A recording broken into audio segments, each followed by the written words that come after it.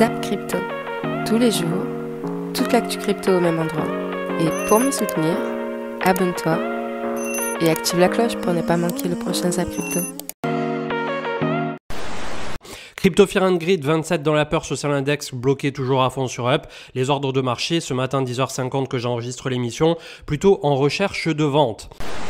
On retrouve effectivement cette tentative de cassure de bas de canal ascendant que vous pouvez retrouver aujourd'hui avec une mèche. Donc mèche, piège, vendeur.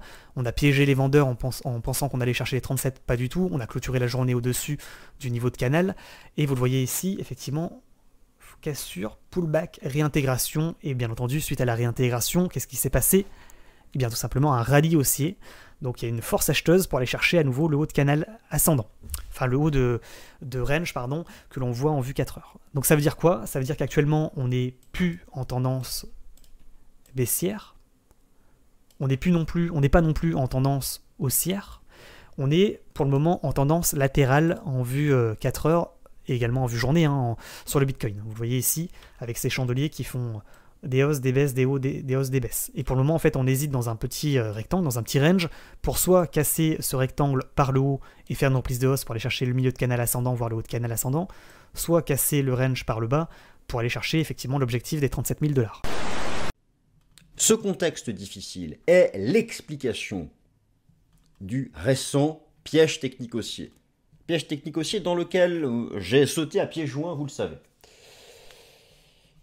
C'est-à-dire un faux signal de renversement haussier, un faux dépassement de la résistance à 45 000, une réintégration et depuis le principe classique du contre-pied. Sauf que depuis 4 séances, après ce piège technique haussier, l'ultime frayeur aurait pu avoir lieu. C'est quoi? Mais qu'est-ce que l'ultime frayeur? Je me permets de vous le rappeler. L'ultime frayeur consiste en un scénario de retour dans l'espace du vide intersidéral, dans l'espace de vide qui se situe ici, entre l'ex-record historique, les 20 000, et cette phase d'accélération de fin 2020, début 2021, l'ex-ATH, l'ultime frayeur, la chute depuis novembre, le drapeau de continuation baissière et la sortie par le bas du drapeau de continuation baissière, retour dans le gap, petit rebond et retour pour chercher les 20 000 et ensuite le redémarrage. Voilà le scénario de l'ultime frayeur. C'est le scénario de l'ultime frayeur, celui qui, hier matin, semblait vouloir se dessiner. Mais ça s'accroche. Mais c'est encore possible, mais ça s'accroche. L'open interest qui monte, le prix du Bitcoin qui fait rien, donc les gens qui vont dans les altcoins avec levier, bam, on les nettoie également. Donc le mouvement il a permis de nettoyer et les acheteurs d'altcoin et les mecs qui ont long le Bitcoin. Et derrière également, ce qui est hyper bien, c'est qu'on a bloqué un paquet de vendeurs. Ok? Donc là, en gros, on a dégagé les acheteurs et là, on a bloqué là les shorters. Ok? Bon, maintenant, on a un paquet qui ont été liquidés ici sur ces gros rebonds ici. Est-ce que le rebond, il finit? Ça y est, on a pété les shorters. Bon, ça, on va le voir très vite. Si on reprend dynamique baissière, si on faiblit vers ces niveaux de prix, vers les 40 400, je dirais qu'on va revenir tester les creux.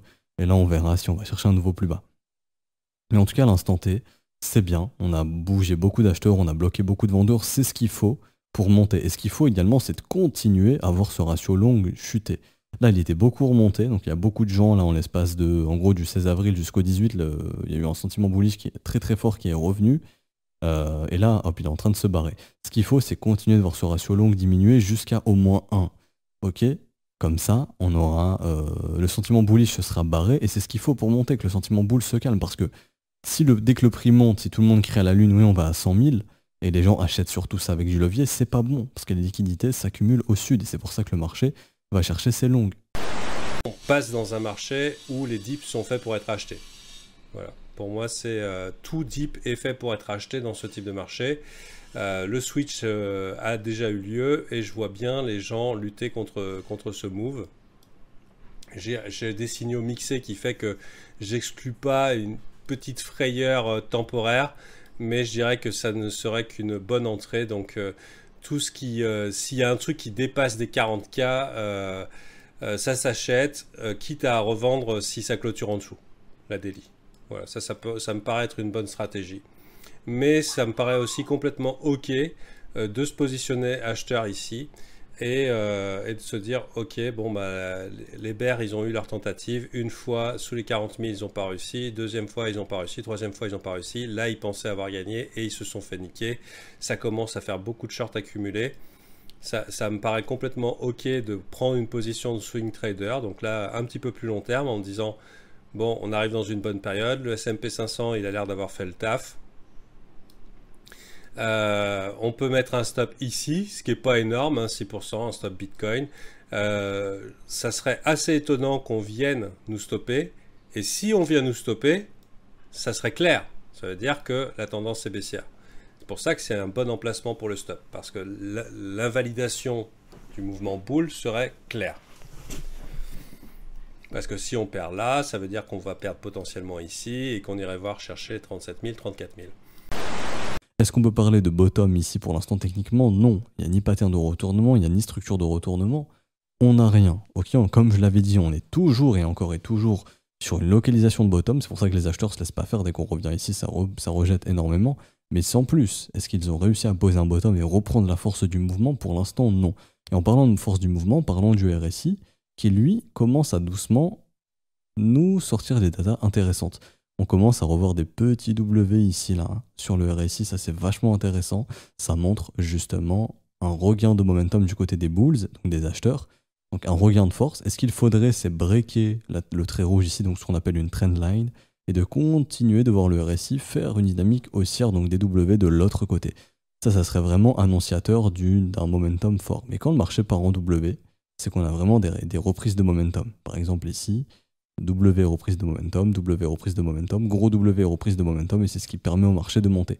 Là, c'est ce qu'il faudrait également, et du coup, c'est ce qui permet, si on prend la mèche, hein, de commencer doucement mais sûrement à faire de la petite divergence, donc à montrer une faiblesse des vendeurs du côté du momentum, et c'est ce qu'il faudrait hein, dans la localisation où on est. Il faudrait vraiment que les vendeurs s'essoufflent et qu'ensuite les acheteurs puissent se remontrer.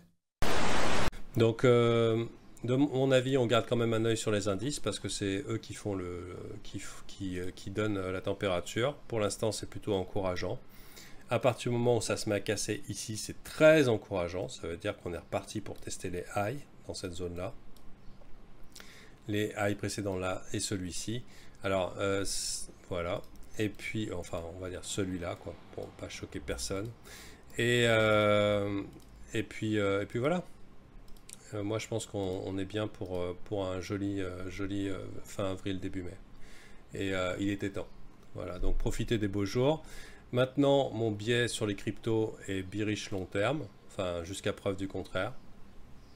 Donc j'ai une théorie sur les marchés, c'est que globalement, on va se taper des rallyes comme ça. On va se taper des beaux rallyes qui durent 15 jours, des trucs genre magnifiques. Et suivi de mouvements baissiers à l'approche des augmentations de taux d'intérêt FOMC Fed.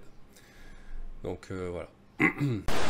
Donc du coup ici, tout est écrit, d'accord? Donc ici, low hold, c'est-à-dire que dans les positions hautes et quand on atteint finalement la borne orange, orange-rouge, pardon, on est dans une position de faible position de holding, c'est-à-dire qu'il y a peu de gens qui finalement gardent leur BTC, et au contraire, il y a beaucoup de gens qui vendent, donc high spending ici, leur BTC. Ça me regratte le nez, je ne sais pas ce que j'ai.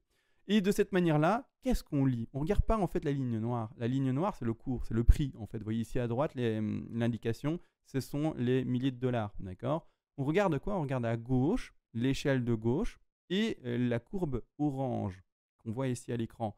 Plus elle est basse, cette courbe orange, et au plus finalement on est dans ces positions de forte position d'investissement et de portefeuilles qui ne vendent pas leur BTC, d'accord? Au plus on est haut et au plus finalement on va lire et interpréter ça comme des positions et des portefeuilles qui commencent à se délester plus facilement de leur BTC. C'est clairement ça, d'accord? Maintenant, moi j'ai symbolisé ça et j'ai expliqué ça avec des mots très simples pour faire comprendre. Plus en fait le prix est haut et au moins il y a de portefeuilles qui parviennent à maintenir leur position de holding, c'est-à-dire de réserve, et au contraire, plus le prix il est bas, et au plus les gens se disent c'est plus l'occasion de vendre, maintenant le prix est trop bas de toute manière, je vais garder ma position et je ne vais pas vendre, d'accord? Donc clairement c'est ça. Je vous rappelle qu'on a récemment appris que le nombre de BTC sur les places d'échange avait atteint un point bas que l'on n'avait pas vu depuis 3 ans et demi. Donc en gros, alors que la panique s'installe sur les marchés, on a les gros portefeuilles qui croient en l'avenir de Bitcoin et qui sont là pour le long terme, qui sont en train d'accumuler et se préparent pour la reprise haussière qui finira tôt ou tard par revenir. Une chose dont je voulais aussi vous parler, c'est la plus grosse whale du Bitcoin qui existait, dont on parle souvent, parce qu'elle vient tout juste d'acheter un autre 1000 Bitcoin aujourd'hui seulement. Du coup, elle accumule toujours des montants totalement fous ici, comme vous le voyez. Il s'agit du même pattern que ce qu'on a pu voir arriver par le passé, juste avant une belle petite poussée du Bitcoin il y a quelques mois déjà. JP Morgan qui désormais fait l'éloge du Bitcoin. Alors c'est assez marrant parce que c'était vraiment la banque, Jamie Dimon qui est le PDG de JP Morgan était vraiment complètement anti-crypto et disait que le Bitcoin allait à zéro, etc.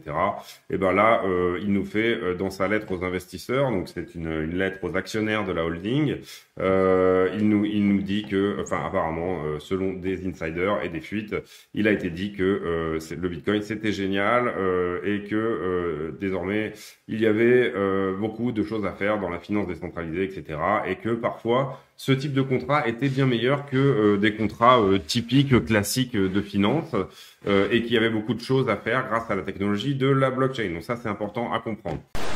On enchaîne en parlant de la solution de seconde couche Polygon qui vient de dévoiler cette semaine son manifeste vert dans lequel la sidechain explique débloquer un fonds de 20 millions de dollars pour viser la neutralité carbone totale d'ici la fin de l'année 2022. Et oui, effectivement, Polygon est donc une sidechain d'Ethereum et comme je vous l'expliquais dans l'actualité précédente, le réseau est pointé du doigt pour sa consommation énergétique abusive, dû au fait qu'il repose encore sur le consensus de Proof of Work.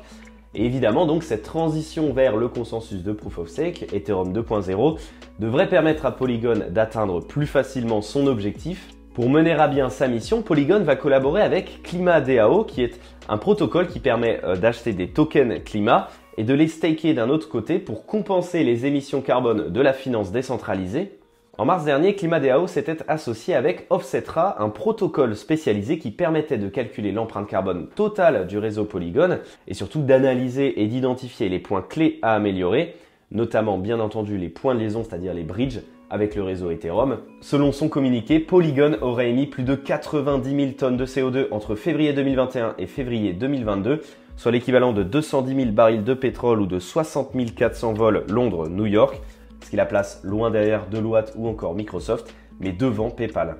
Il s'agit là d'une initiative évidemment appréciable dans la mesure où le monde de la blockchain est très régulièrement pointé du doigt pour ses consommations énergétiques entre guillemets trop abusives et dans un contexte où le rapport du GIEC nous inquiète et nous alarme sur l'urgence climatique qui nous fait face. Parlons maintenant partenariat avec la marque automobile Hyundai qui a annoncé un partenariat avec le projet NFT MetaKongs. A savoir que ce projet NFT possède sa propre collection qui comprend 10 000 NFT qui sont basés sur la blockchain Clayton, qui est une blockchain sud-coréenne qui se spécialise dans le développement des métaverses et NFT. Et je précise que d'après le classement d'OpenSea, le projet MetaKongs est le projet le plus populaire de la blockchain Clayton. Et le but de Hyundai est ici de s'associer à un projet populaire en Corée du Sud afin d'émettre 30 NFT, ce qui fera que la marque sera la première marque de voiture à émettre des NFT communautaires. Et je précise que ces NFT seront émis le 20 avril et le prix de listing n'a pas été dévoilé, mais l'entreprise a annoncé qu'il y aura 10 exemplaires qui pourront être achetés avec une réduction de 1 ETH pour les possesseurs de au moins 10 NFT Kongs. Donc ici on a Hyundai qui avance dans le secteur Metaverse et NFT suite à l'annonce qu'ils avaient fait en ce début d'année où ils disaient qu'ils allaient travailler à l'intégration de l'expérience du Metaverse à leur futur véhicule. Bref, je vous rappelle que Hyundai est une société sud-coréenne et qu'en Corée du Sud, ils viennent d'élire un président pro-crypto.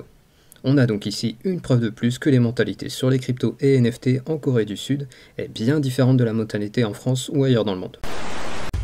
Pour rappel, la Securities and Exchange Commission, elle ressemble beaucoup à l'AMF, donc c'est l'équivalent de l'autorité des marchés financiers chez nous en France, et elle a décidé récemment de protéger les consommateurs contre les fraudes en crypto. Ça vient dans le contexte de l'executive order qui a été donné par Joe Biden récemment, que j'ai mentionné dans mes vidéos précédentes. La SEC a prétexté qu'il y a eu beaucoup de fraudes récemment sur la crypto, par exemple avec Axie Infinity qui a eu un hack, et donc il a perdu ce jeu, il a pu perdre 615 millions de dollars. Pour rappel, c'est un jeu dans lequel on pouvait gagner des cryptos et ils ont été hackés et piratés. Mais il y a aussi un autre hack qui est aussi à peu près équivalent de 611 millions de dollars sur la DeFi, la Distributed Finance, avec le protocole Poly Network.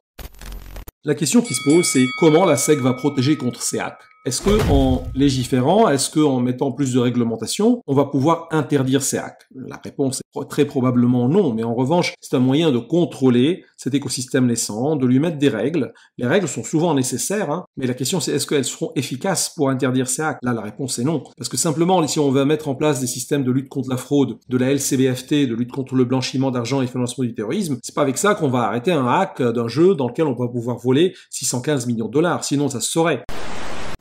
Et finalement, on a l'ancien CEO de MySpace qui a déclaré que le Play to Earn représente l'avenir du jeu vidéo et que les jeux blockchain deviendront un endroit de sociabilisation très important.